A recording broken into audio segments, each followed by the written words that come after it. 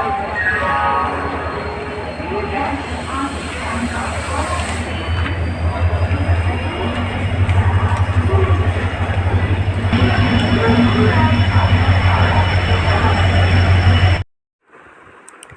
Everyone, আসসালামু আলাইকুম।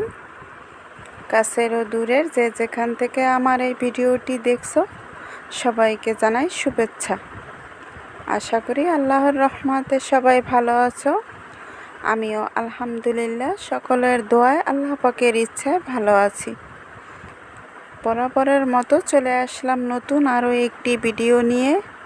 আশা করি আমার পুরো ভিডিওটি দেখবে, আর দেখতে দেখতে যদি কোথাও একটু ভালো লাগে তবে অবশ্যই একটি লাইক দিয়ে চ্যানেলটা সাবস্ক্রাইব করে আমার ছোট্ট চ্যানেলের পাশে থাকার অনুরোধ রইল। আর অলরেডি যারা আগে থেকে চ্যানেলটা সাবস্ক্রাইব করে রেখেছো তাদেরকে জানাই অসংখ্য ধন্যবাদ। আমার ভিডিও যারা রেগুলার দেখো তারা অবশ্যই আগের ভিডিওটিতে দেখেছো আমি বেনাপোল বর্ডার পার হয়ে হাওড়া স্টেশন পর্যন্ত গিয়েছি তার ভিডিও। আজকে কিন্তু আমি হাওড়া স্টেশন থেকে এসএমবিটি স্টেশন পর্যন্ত তোমাদের মাঝে শেয়ার করব।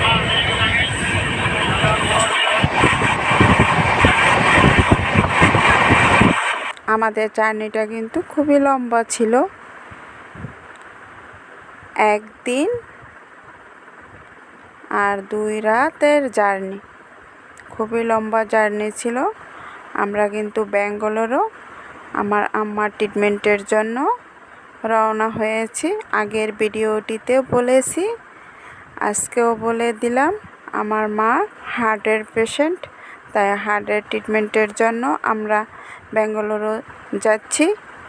আজকে এসএমবিটি এসে পৌঁছে গেলাম, তাই এখানেই ভিডিওটি শেষ করব। পরবর্তী ভিডিওটিতে তোমরা দেখতে পারবে আমার মাকে কোন হসপিটালে নিয়ে গিয়েছিলাম, কোনখানে ট্রিটমেন্ট করেছি।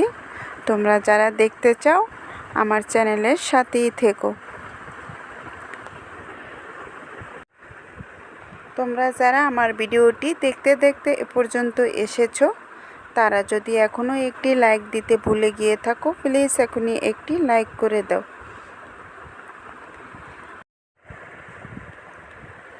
এসএমবিটি স্টেশন থেকে আমরা বাসার দিকে রওনা দিচ্ছি, তাই এখন আমরা বাসে উঠব। বাসে করে আমাদের গন্তব্যস্থানে পৌঁছে যাব। মা বাবাকে যারা ভালোবাসো তারা অবশ্যই কমেন্ট করে জানিয়ে যাবে, আর কার কার মা বাবা এখনও বেঁচে আছে তা অবশ্যই জানাবে।